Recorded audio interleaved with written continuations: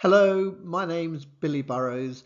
I'm founder of the Annuity Project, and welcome to part 3, Annuity Options. This is the detail version with examples. Let's have a look at the overview of annuity options. This is a busy slide. We have single life, joint life, guarantee periods, level or increasing. And we'll consider all of these options step by step in the following slides. But first, back to basics. The simplest type of annuity is one that pays an income for life but stops when the annuitant dies. This is fine for those who live a long time, but a very bad deal for those who die soon after arranging an annuity. So to overcome the problem of early death, annuity companies offer several options, and these are the options we're going to consider in the following slides. But first, a quick word about health. Those in good health will be quoted normal rates, but those not in good health may qualify for an enhanced annuity. Enhanced annuities are for people who smoke 10 or more cigarettes per day for the last 10 years, are overweight or have high blood pressure or high cholesterol, taking prescription medication, or have a medical condition that may reduce life expectancy. Don't forget, it's really important to disclose all medical and health conditions when requesting annuity quotes. So the following options and examples are for those in good health.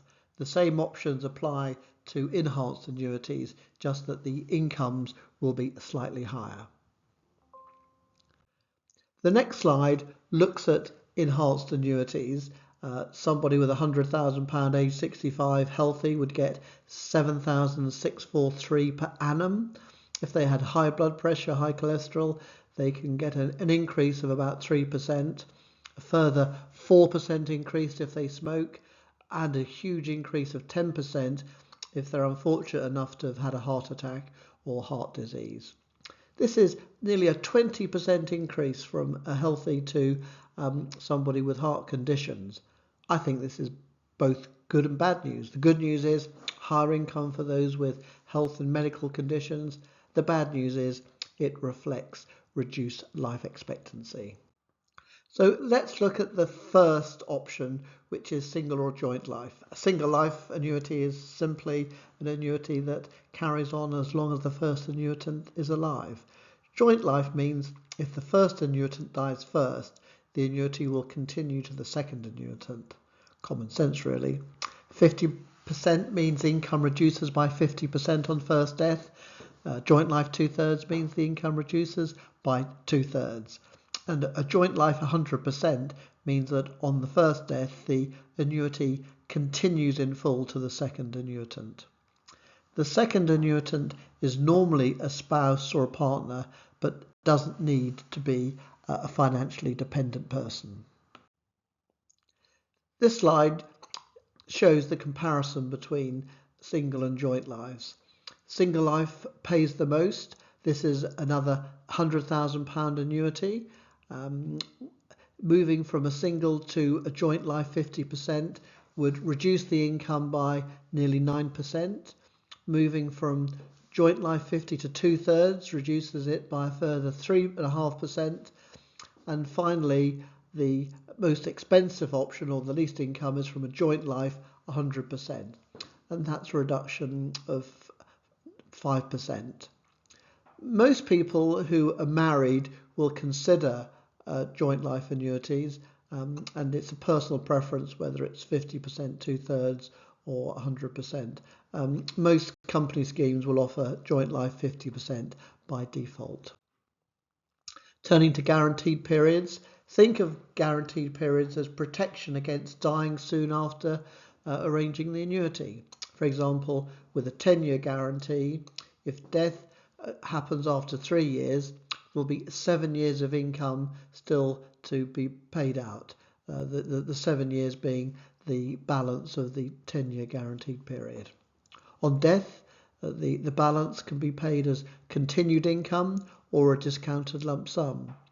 Most annuities come with a 5-year guarantee as the default option, Some people with single life like the idea of having a 10-year guarantee to protect their family from early death.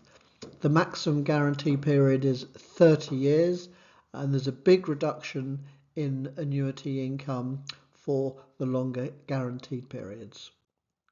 This slide compares the different options.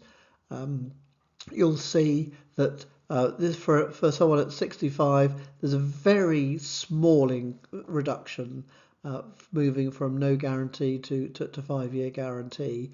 With such a small reduction, it's sensible to have the 5-year guaranteed period. Moving from 5 years to 10 years reduces income by nearly 2%, but look at the difference between a 10-year guarantee and a 30-year guarantee. That's a 16% reduction. So you can see my point. The short guarantees are relatively inexpensive options. Long guaranteed periods are expensive in that there's a significant reduction in the starting income. This is an example of a guarantee. Here, this is a £100,000 annuity. Our 7,500 will continue for life. Let's assume the annuitant dies after 3 years. This means that 3 years will have been paid, and then there'll be 7 years worth of income that'll be payable to the chosen beneficiaries. Another option is value protection. Value protection ensures the annuitant or their beneficiaries are paid at least the amount originally used for the annuity purchase. So value protection equals annuity purchase less payments made. A quick example will demonstrate that.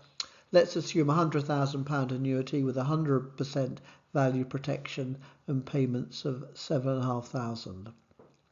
If the annuitant dies after 3 years, they will have received 3 times 7,500, that's 22,500. Deduct that from 100,000 and the value protection would be 77,500. If it was 50% value protection, then it would be 50,000 less 22,500 would be the value protection amount.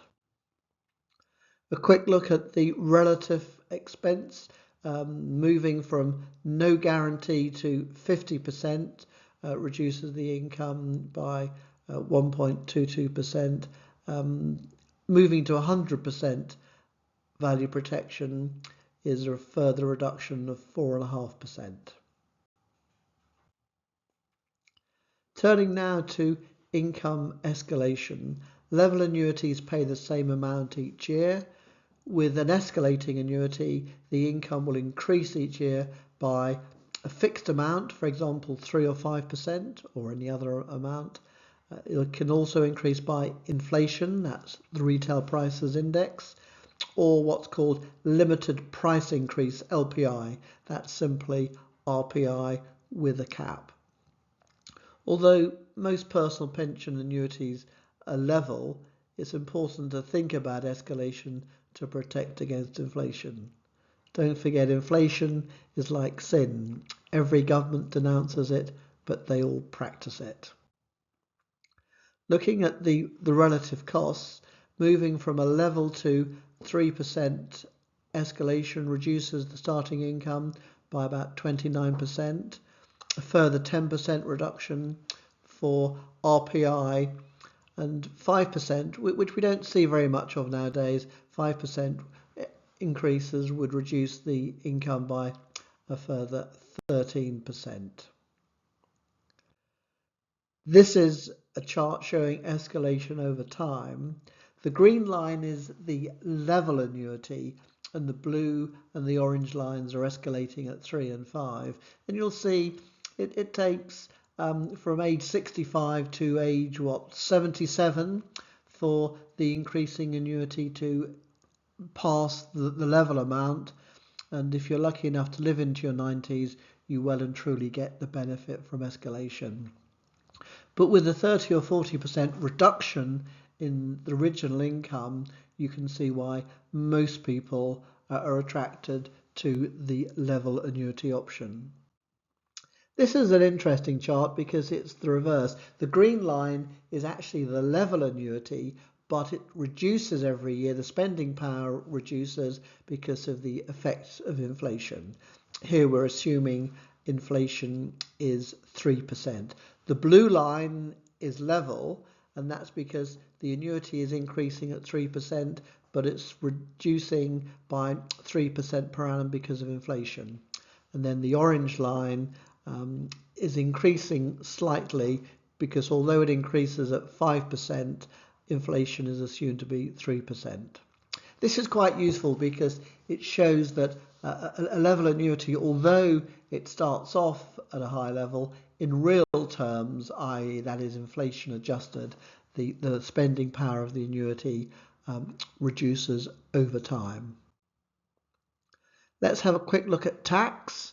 The annuitant, the first annuitant, will be taxed just like PAYE, so they'll be taxed at their marginal rate. If you're a basic rate taxpayer, that's 20%, a higher rate taxpayer, 40%.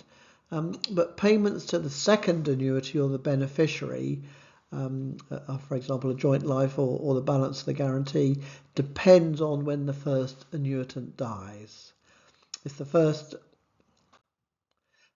Let's have a look at the tax on payments.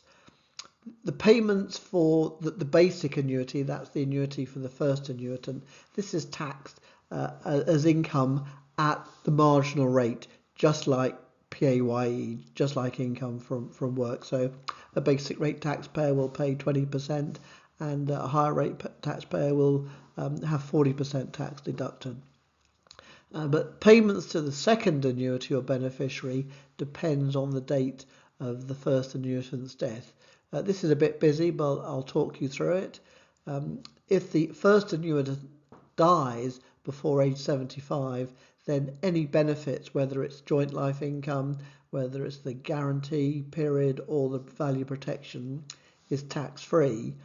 But if the first annuitant dies after age 75, then income, whether it's for the joint life annuity or a balance of a guaranteed period of value protection, will be taxed at the recipient's marginal rate of tax. IHT from the 6th of April 2027, most unused pension funds and death benefits will be included within the value of a person's estate for IHT purposes. It's early days on this. This is being done in March 2025, but watch out for more details of the IHT changes to follow. Finally, there are different payment modes. An annuity can be paid monthly, quarterly, half-yearly or annually, in advance or in arrears.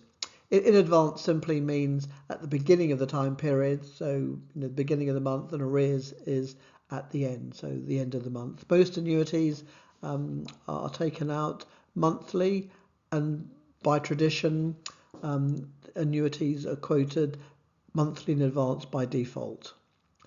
Quarterly in arrears is an interesting option, and that's worth considering. Watch out, most GARs, that's guaranteed annuity rates, are paid annually in arrears. A quick look at the payment modes. Annually in arrears pays the most, but if you die halfway through the year, you'll have lost out. Annually in advance pays the least, but you'll see in the middle there you've got monthly in arrears and advance, and there's not a huge amount of difference between the two. So that's it. Thank you for watching. Be sure to watch out for other videos in this series. If you have any questions, please send me an email. So thanks for watching and goodbye.